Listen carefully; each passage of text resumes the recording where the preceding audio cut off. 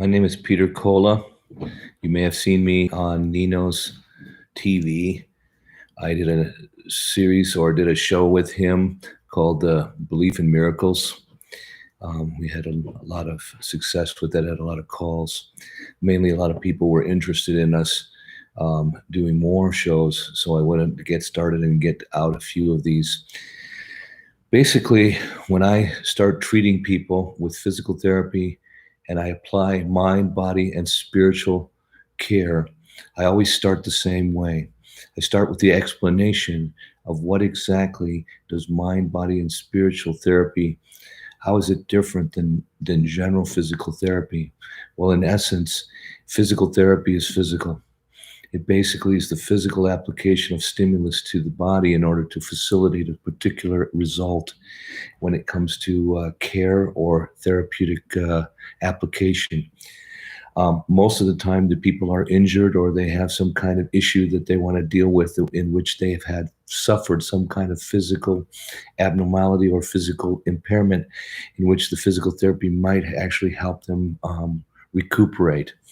I've been practicing physical therapy in a clinical situation in my own practice for 35 years. I have treated literally thousands. I have one time even counted about 6,000 patients or more.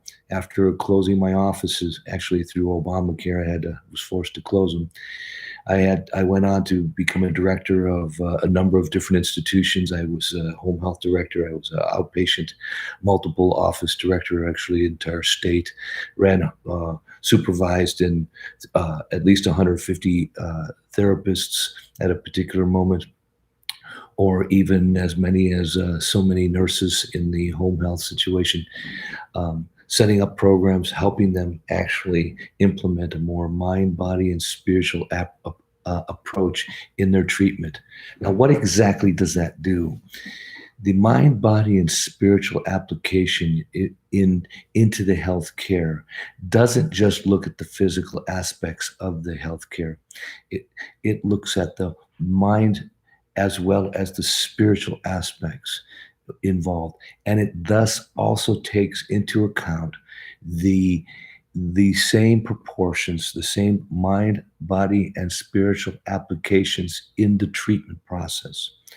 More importantly, before I get started down the road of exactly how it works and how to apply it, what I like to do in the very first sessions is explain to people how we are actually formulated and how we've been basically lied to when it comes to our medical, especially our medical situation. In the medical practice, and as I was taught, so many years ago now, 35 or more years ago, it is commonly taught that the physicality is everything. We are increasingly told to concentrate on just the spot that is injured. And the problem with that is it basically minimalizes and concentrates all your efforts into the one little place, which I'm going to call for this example moving forward, the little toe. I can't tell you how many times I've had patients walk into my office and they have a problem like a little toe. They broke the little toe, or they've had an arthritic attack on the little toe, or they've had some kind of disease that has somehow afflicted the little toe. And here they are, and they've got this little toe that is controlling their entire universe. They don't work anymore. They can't concentrate on anything. They can't spend any time with their wife or their children. They can't even hardly do anything and enjoy life because all they think about is the little toe. I mean, so many of you listeners who may have read this, you may know exactly what I'm talking about. And it may be anything. It could be the back. It could be the shoulder. It could be headaches. It could be diabetes. It could be, some cancer swelling that you have suddenly discovered in your thyroid. It's all these things that once it has your attention and once you're focused on that little piece in your life, it becomes all encompassing. That is what it's meant to do. Or not meant to do. That's what it strives to do. That's the attack. It physically puts your attention in one little place, that little spot in the middle of your back, that little toe. and it puts it there and it locks it in there, and you can't even deal with anything else that goes on around you. And like I said, I've had literally hundreds of patients who've come in the office with their little toe problem, and all they do is sit there. And it doesn't matter what goes on around it. It doesn't matter what you're talking about. It doesn't matter if someone won the Arizona beauty contest for every high school in the country. They don't care. They don't talk about it. They won't even congratulate. They just want to talk about their little toe. And that is the process that sickness has, and that's the process that injuries have on a person. They concentrate you on the physical. Now, before we go on to the what do we do about it, let's talk about why that is. We have been lied to about the physical. Everybody has seen the example on the dollar bill. They see the pyramid and the all-seeing eye at the top, which is supposedly some kind of spiritual influence. And at the bottom, we're at the bottom. Everybody knows that example. We're at the bottom, and as they go up the pyramid, that's more and more of the people who are in charge, and then above them are people in charge of the people in charge. Above them are the people in charge of the people in charge, all the way up until it cuts off, and then there's that all-seeing eye on top. So we're basically the ground dwellers. The ground is the big part. That's the opposite of the truth. The physical is the smallest. Okay, it has already been proven in the quantum realm, and I wrote a book about it called Quantum Ascension, where I really delve into the whole quantum scenario of not only how we are built from a quantum basis, what vibration has to do with it, but also what is health and what does attacks, how do they affect us when it comes to our quantum essence. And then how to use that, what we know, skills, studies, and the things you're going to learn by watching these videos, how to apply them back into our life and take back control of what God has already given us. And that's our life, our body, our universe. Okay? So on the physical level, the physical is very, very small. The distances between the actual physical particles in an atom, if you were to take even the simplest atom, a hydrogen atom with one proton and one electron, and you were to put the proton and make the proton the size of a basketball and set it in Chicago, the electron would be the size of a ping pong ball, and it would be in St. Louis, 800 miles away. Now that seems like, think about it. A basketball is sitting in Chicago, and the distance to a ping pong ball in St. Louis, how can that possibly, it doesn't matter how heavy it is, how can it hold that ping pong ball in orbit with that vast distances in between? And what's in between? If space is made up of the physical universe, and the proton is physical and the electron is physical, but the space in between is not, then what's in there? What's there? See, that's the part that kind of like, it didn't make sense to me. I believe it's true, but what I believe is the physical truly is there. And it's small. And it's not even as big as they say. This proton, the size of a basketball, is actually, as you study it more, it's made up of strings that are even a fraction of the size. So they're bouncing around inside, and over here there's an electron. There's one bouncing on the inside of that thing, and it's going, the opposite direction. That's why it has a different polarity. And those are a fraction of the size of even the basketball and the ping pong ball. We'll get into when we get into more into the quantum situation, we start talking about the actual physicality and stuff. But for time's sake, I'm going to just move on. The space is so vast. What is in between? The spirit. That is where the spirit dwells. So then people would say to me, well, okay, what about the mind? What about the mind? Well, okay, so the physicality is extremely small. And I say like the size of a pin, it's even smaller than that. Now, you could get, with that space in between, between Chicago and St. Louis with those relative sizes. If you put everybody's atoms all together for their whole body and eliminated the space in between, they would all fit inside of one single atom. But get this, if you could eliminate even the spaces in between the strings and move them literally next to each other, you could put all of the atoms, all of the energy of the entire universe inside of one atom. That's how small it is. And it's locked. It is sound that is moving through the universe. And it's locked. It's one moment here. And just as I speak those words, that's in the past. And now we're in a different time frame. And that energy has now moved to another place, to another place, to another place. That's how small and insignificant. Now the mind, that is the experiential cataloging of everything that you've ever felt in your body. Everything that your body feels in your five senses. Feeling what you feel or experience with your joints and moving through the universe. Smell what you smell, everything that you smell. Okay, everything that you taste or bring into your body, everything that goes into your eyes, and everything that goes into your ears. Those five senses. It's all energy. It all comes in via energy, bouncing off your body, energy. Okay, the only difference between those energies is what effect it has on your body.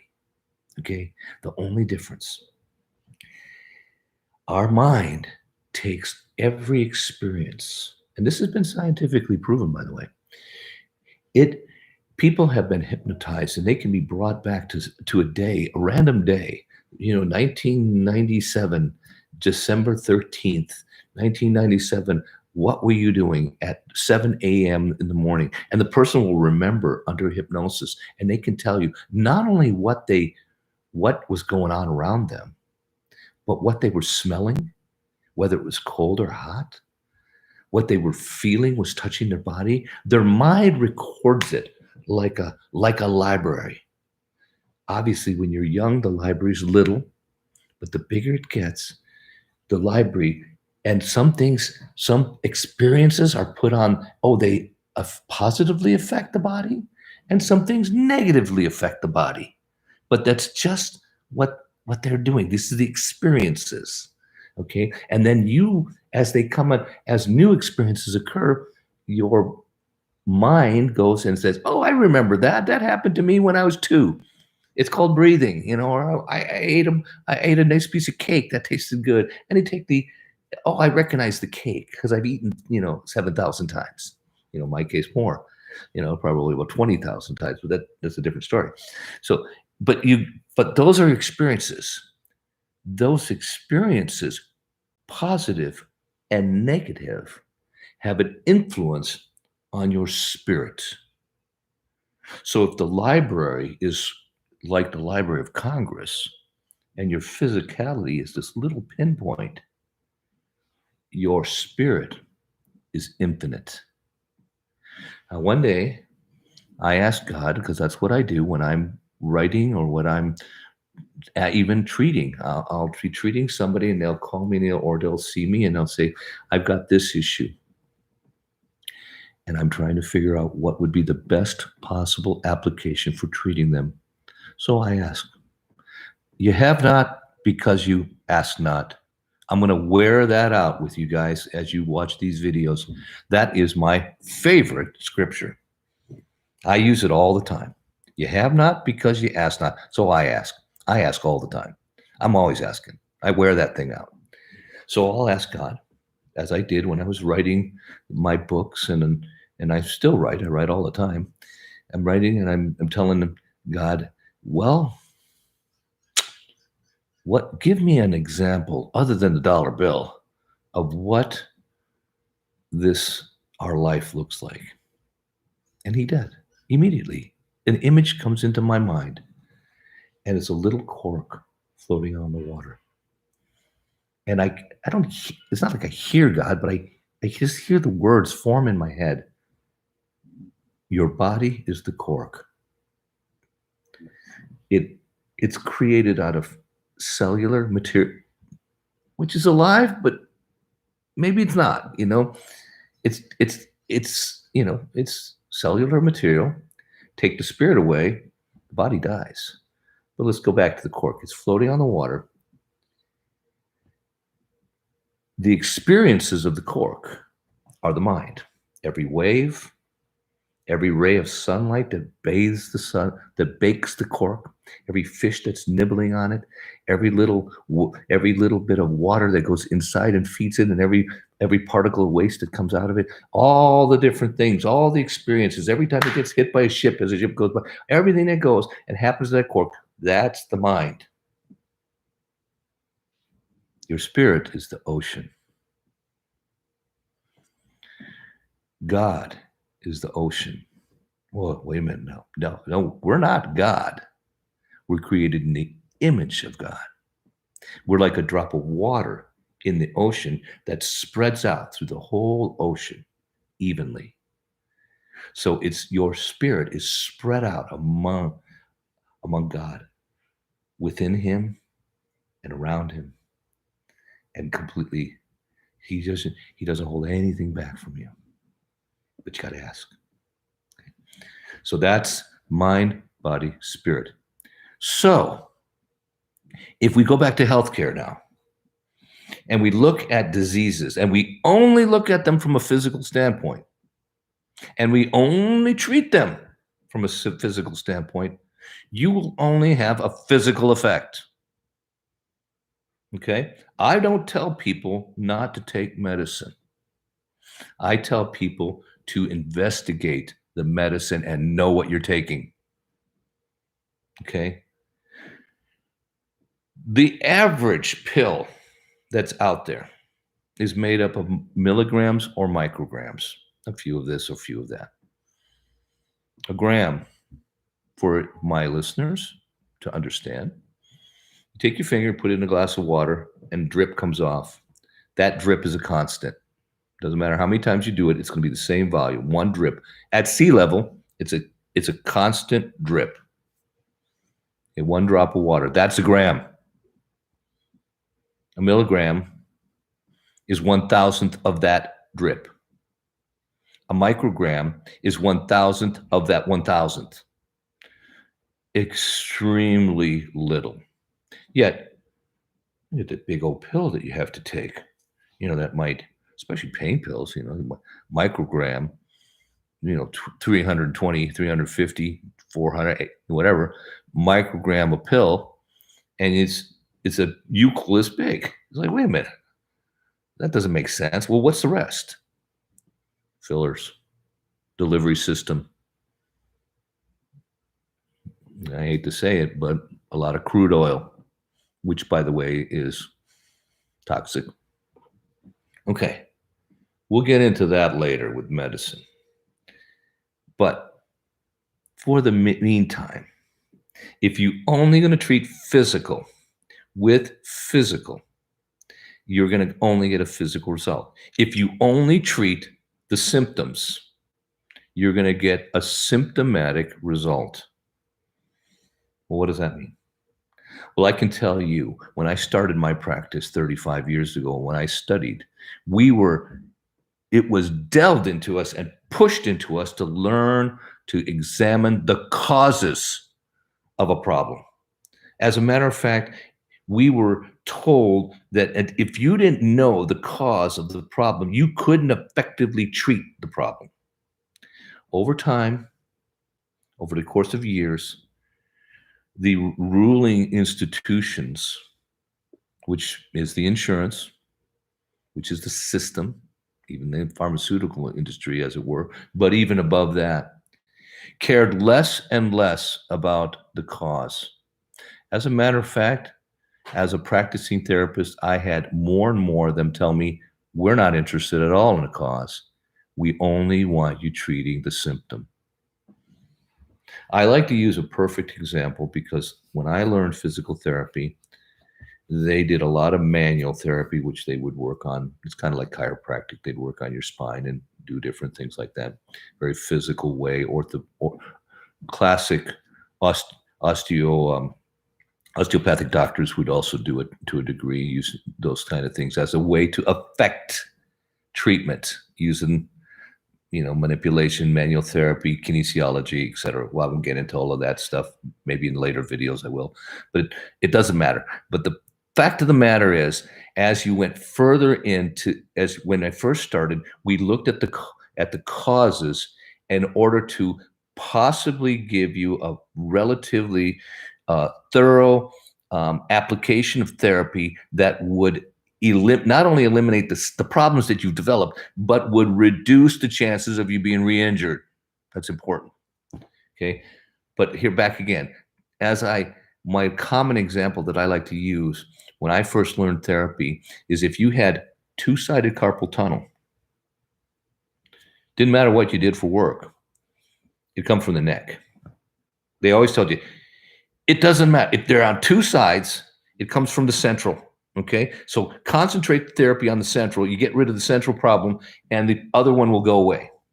Okay, so when I first started practicing therapy, and people would come in with carpal tunnel, at first, I would call the insurance company, and after they started demanding that they be informed when you wanted to treat, that didn't actually happen until about the 80s or 90s. But anyways, right around that time, they demanded that you tell them what you're planning on doing, and then he'd give you approval.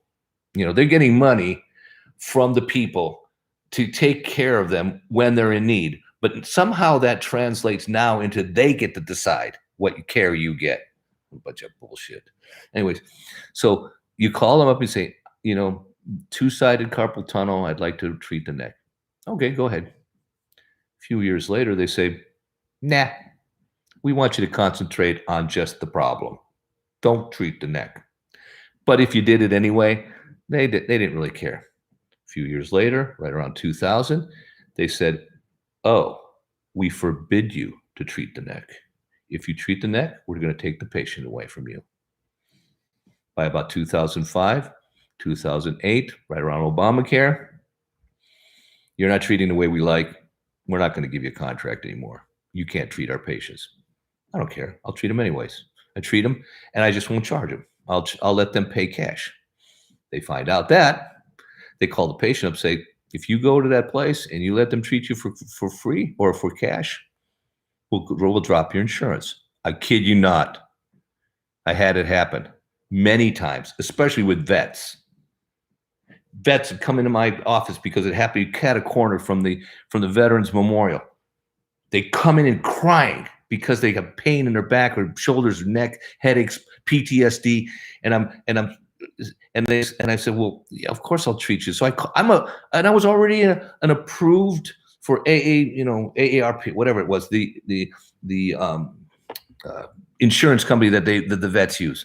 It doesn't matter. I was already one of their members, but no, they had to go into veterans. They had to wait. Well, wait a minute. Some of these guys were told that they'd be waiting 6 months for an appointment. They're hurting now. Doesn't matter. If you can't treat them. So I just started treating them for free. And then suddenly they said, no, if you treat them for free, we're going to take away your contract. I don't care. Take away my contract. I'll still treat them. So they take away my contract, and then they started threatening the vet. If you don't go to the veterans, you're going to risk losing. You're not going to get your prescription for your pain pills and all that stuff. They start really threatening them. And then these guys, it was horrible. That's the kind of demonic that we're dealing with. They don't care about you getting healthy. They care about you staying in the system. Once they got you in the system, they care less about you getting treatment, not treatment. It doesn't matter as long as you're in the system. Get out of the system. Whoa. No, we can't do that. Okay, so back to what we're talking about. Mind, body, spirits. How does this apply to healthcare? Everything that happens to you, everything that happens to you, whether it's a break, a disease, an affliction, an infirmity, a tension, a nightmare, an accident, it doesn't matter. It has a physical component, it has a mental component, experiential, and it has a spiritual component. There is a spirit behind it of death and destruction for diseases. There's a curse.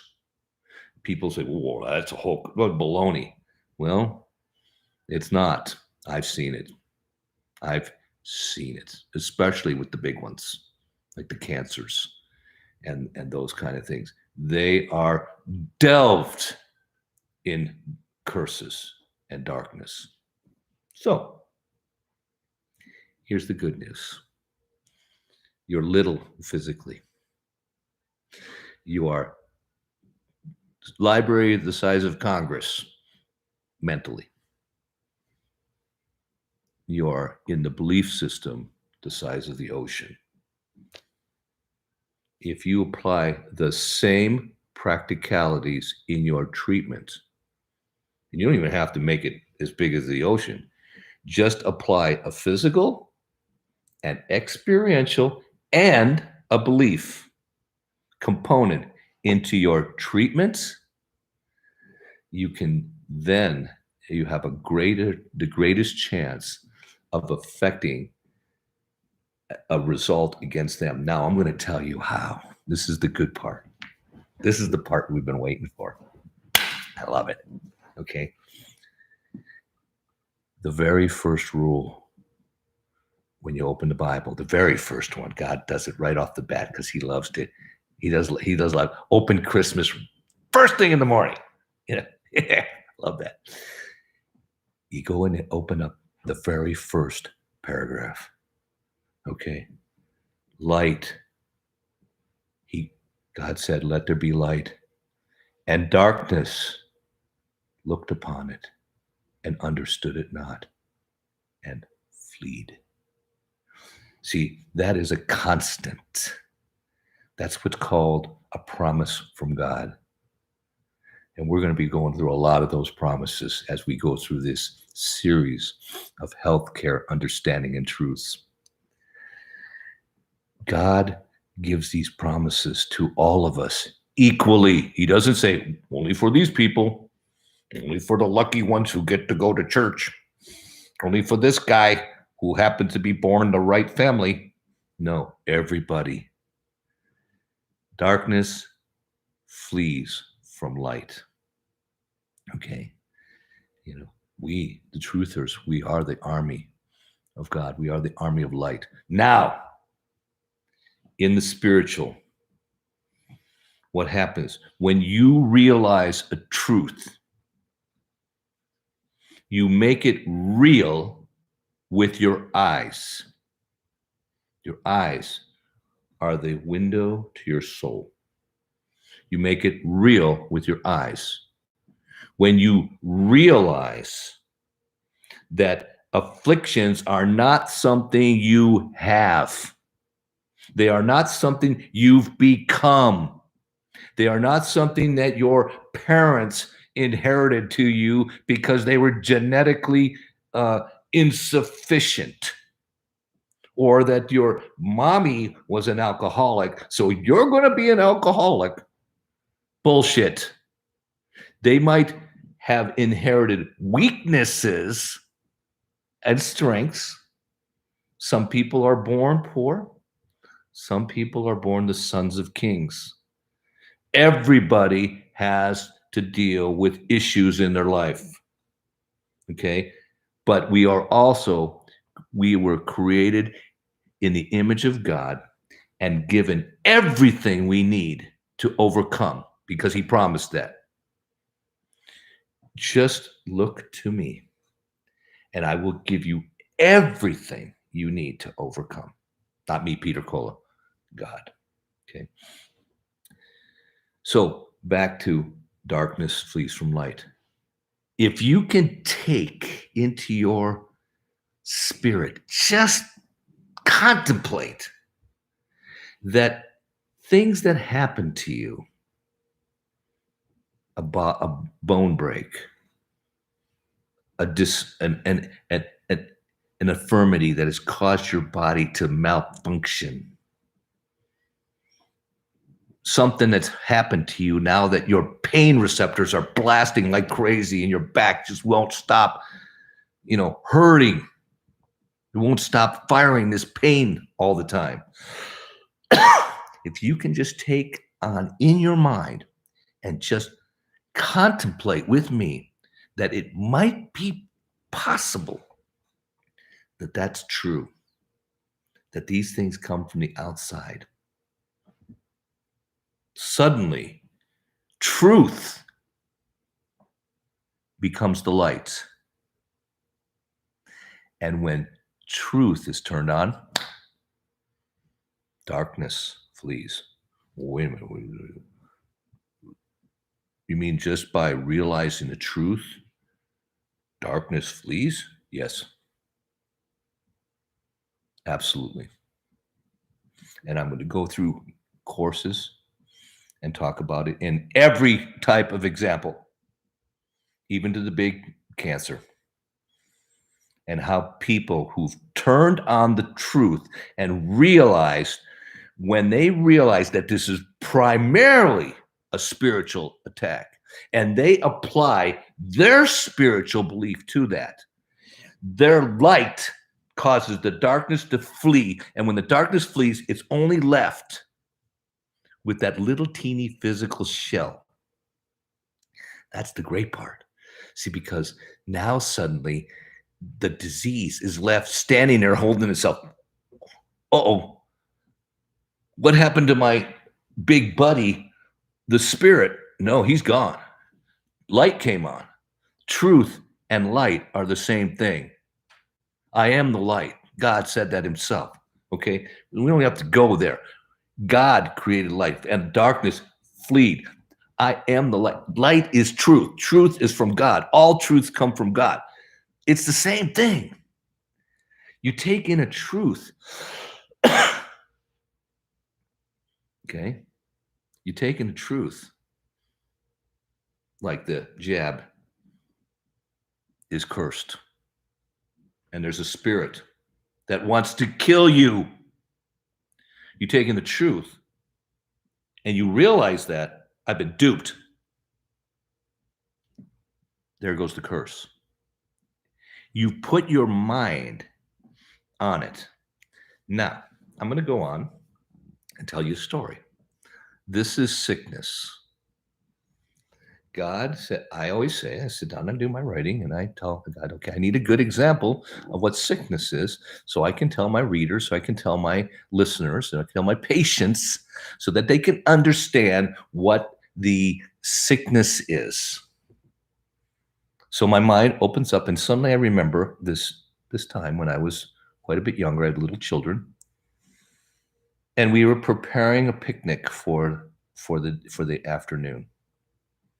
And I sat and I baked about 3 racks of chicken, and make some chicken and packed up the potato salad and all the goodies.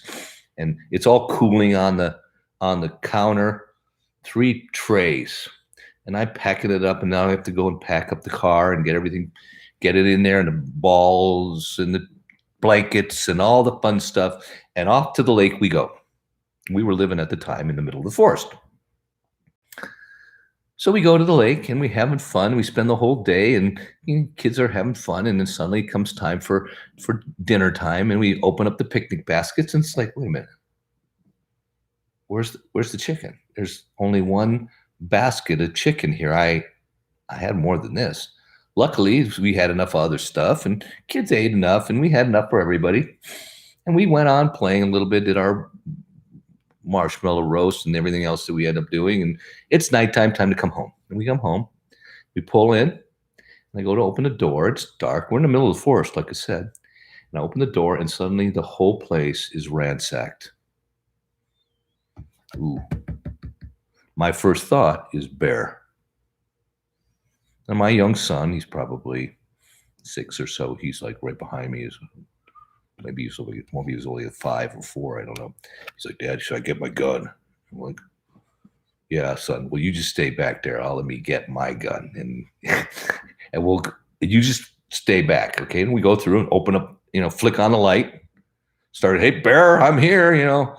That way, if he hears me, maybe he'll go running out the back door. I don't want to shoot a bear in my house, obviously. We're going a little further, flick on another light, a little farther, flick on another light, make some more noise. Suddenly I hear some scurrying down the hallway. Chicken bones and feces and broken dishes and ripped up pillows are everywhere. It looks like a battlefield.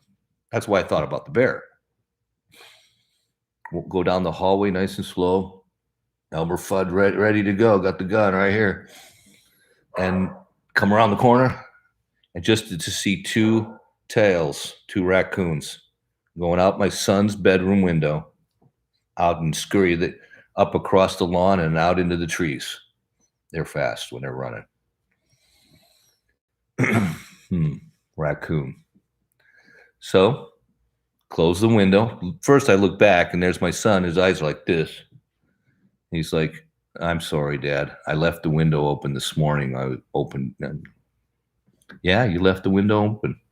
Important point for later. We go, and then we had to go get the buckets, fill up the water, and start cleaning. We had to clean up the mess.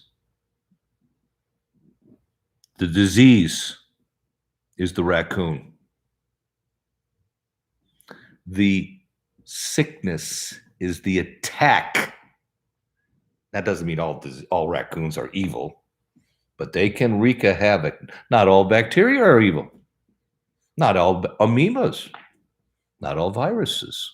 As a matter of fact, they cover our body with viruses, amoebas, bacteria. We breathe them in all the time. Why do some attack and some don't? That's spirit. Malevolence. Intent. Intention. In the space between the atoms, between the particles, is where God dwells, where the spirit dwells. That's where the intention is.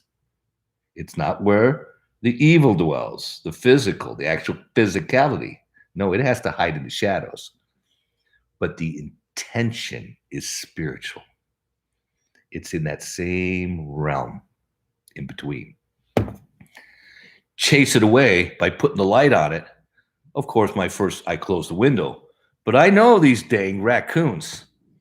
If you don't do something, they're going to come back. So I went, and first thing I did was go and buy a motion sensor, put it on the window, and, every once in a while it'd flick on in the middle of the night, and I'm going out there, and of course there's the raccoon. He comes. At first it scared him away. Yeah, it would scare him away. But he'd still try to get in. He was trying to get in. Light comes on, boom, he goes again. That's what happens. After the attack and the raccoon leaves, after the attack and the initial attack that's meant to kill and destroy is thwarted, you're left with the mess. That is the part. So you get attacked, arthritic attack on your shoulder. It's an attack. It goes away, it flees. If you do nothing and you just, I better take my ibuprofen, I better go see the doctor, get my cortisone shot, and you just live with it, and it attacks again and attacks again and attacks again, and over and over and over and over and over, day in, day out, year in, year out, you're going to have a battlefield there. You're going to have a lot of mess. There's a lot of raccoon shit to clean up. Okay, so it's going to take a lot of water. We use water for almost everything in the spiritual therapy scenario, so just get used to it. Take the therapy. When it comes time for that, the therapy is the cleaning up of the mess. It's also the preparation of you to make sure that the next time it comes knocking on the door, raccoon comes scratching, you're going to know what it is. And you're going to be ready for them. And you're going to be ready, guns ablazing, or in this case, the sword of light, the lightsaber. Yeah, baby. Yeah, you're going to use it. The word of God. That's your lightsaber. Truth. Much more potent than any gun because it kills spirits. You turn on attention, light comes on, spirit goes. You still might be left that little husk there, but it doesn't have any power. It's lost its dark force. It's nothing compared to the light. You know, the light is much more powerful, size of an ocean, compared to the little husk that's left. And that's how easy it is to defeat any of them. But you got to look. If you just let it happen to you, like, I'm sorry, but a lot of my colleagues, and myself included, said for so many years, there's nothing you can do. MS, no, there's nothing you can do. Just take it. Take the attacks. Build up afterwards. Take another attack. Build up. Stroke, nothing you can do. Yeah, you can take medicine for blood pressure. Why not fix the blood pressure? Why not take the kettle off the heat? Reduce the pressure. That's what you need to do. Do that, and it'll go away. Guaranteed. You take the kettle off the heat, it stops whistling. Okay? Therapy is cleaning up the mess. Okay? So today's lesson, today's first visit in spiritual therapy is knowing exactly what you're dealing with. What exactly is that I'm dealing with? It's not something I have. It's not something I've become. It's not something some doctor has labeled me with, some diagnosis code. No. It is attacks. And putting my attention, putting the truth on, drives away the spiritual power of the attack and renders it weak so that I can deal with it now much easier. Okay? So that's what we learned today. Okay? Tomorrow, we're going to learn how to read the symptoms, how to read the issues, how to look at pain. And don't look at it like some kind of giant you have to slew or some kind of enemy that you have to numb. Let it do its job and use it for what it's doing. Let it tell you what's going on. Swelling, nervousness, sugar problems. Pick it. Swelling, obesity, symptoms. There's symptoms of things that are happening. If you just let them happen and keep happening, like some poor little kid that's getting beat up every day on the way to school by some bully and never does anything about it. Maybe goes and tells his parents, but doesn't tell his parents that he's being bullied. He's like, well, I don't know. These bruises just appeared. I don't know. Well, okay, we better get you some creams and lock you up in your bedroom so that that maybe they'll stop coming. If they don't know what's going on, if you don't know what's going on, or you do know, but if you don't put your attention on it and deal with it in a godly fashion, that's important. All you will ever do is take it. Take the prescription, take the chemo, take the radiation, take it. Take the jab until they've taken everything from you. Till they've taken all of your will to fight. And you become this little sheep that just goes around, okay, wherever you're going to go. We're not sheep. We're Americans. We're earthlings. We're men and women. Children of God. Children of God. Created in the image of God. We're fighters. But The good news is, too, we got big help. Okay. We have spiritual help that has given us weapons that are indestructible.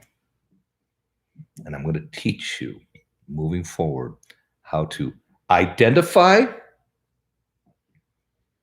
what's happening based on the symptoms and what's going on here. That gives us the direction so we know where to look. And then how to, we're going to pick up a lot of different tools that God has given us, many tools. You know how many? As many as you have senses. There's tools that you can use for your eyes. There's tools you can use for your nose. There's tools you can use in your mouth, your food, your water. There's tools you can do on your skin. There's tools you can do in your ears. All of them equally. Not one's better than the other. You choose. I guarantee you it's there, right there to pick up. But God is not a fool either. He gives this stuff to us. He showed it all to us. Thousands of years ago, he showed it. His son showed it to us in his examples and said, this is what you need to do. Just do it. Oh, by the way, you will do greater things than I, because I'm in heaven with my Father. Well, wait a minute. You mean I'm going to do greater things than Jesus did? That's what he said. He said it. Is he a liar? Of course not. God doesn't lie. Never. Darkness flees from light. Truth. You have not because you ask not. Truth. I believe. Now help me with my unbelief. Truth. God loves that one. I use it all the time too. That's another one. God, I believe. Now help me with my unbelief. Okay. I've been waiting for you to say that. Here. And that's what he does. And that's what we're going to do with you. You're going to take back control of your health because God promised it to you.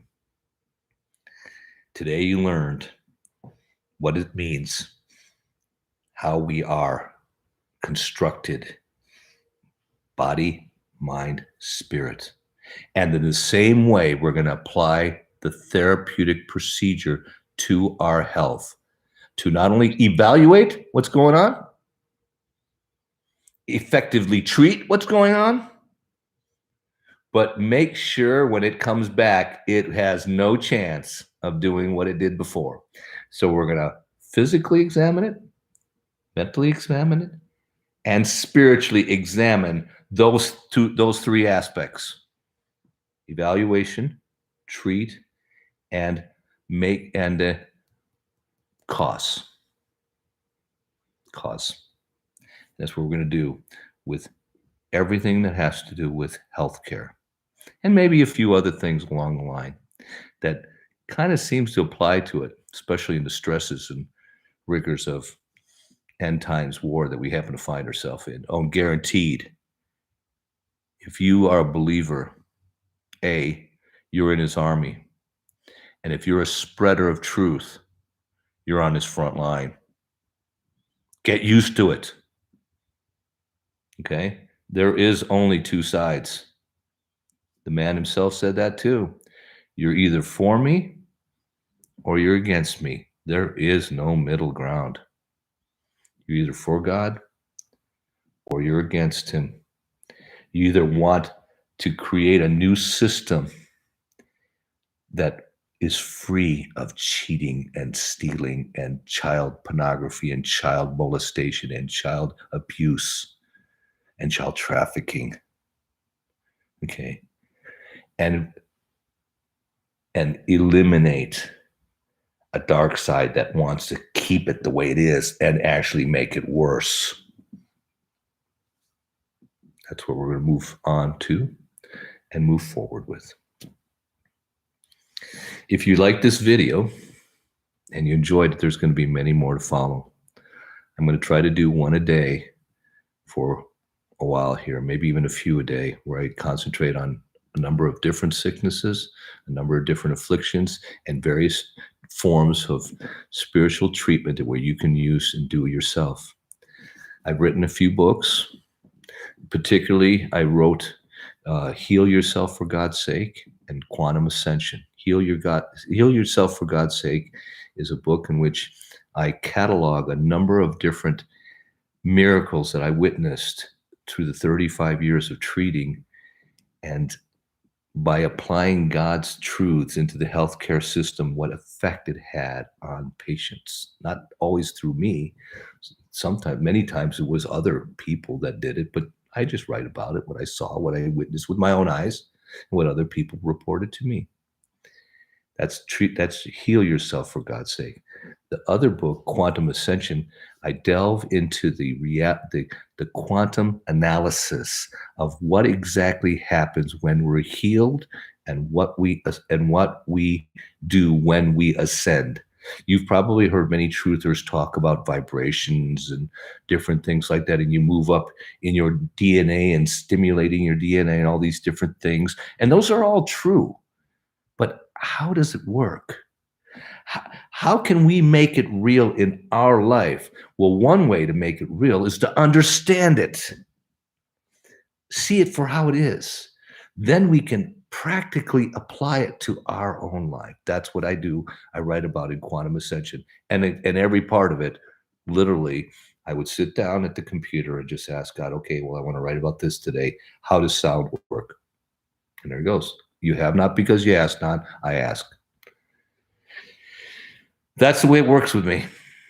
I'm sorry, but if you don't believe that, oh well, it is what it is. You don't have to believe me, but believe your own eyes, believe your truth, believe what you can feel and touch and sense.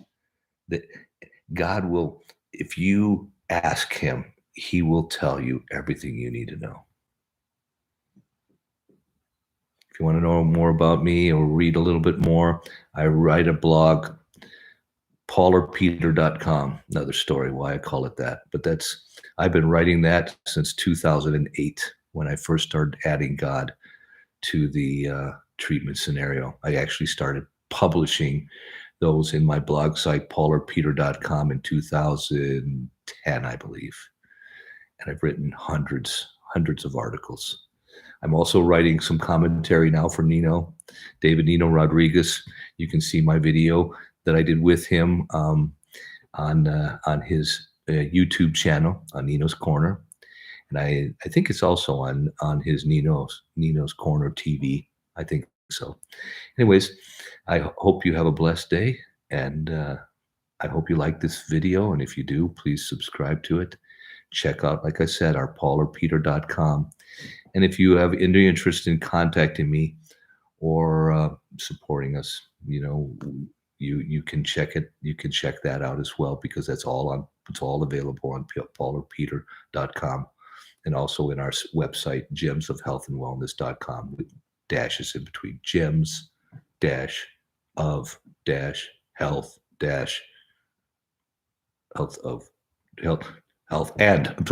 gemsofhealthandwellness.com. That's my wife and our website. It's still under construction, so it's kind of chaotic right now.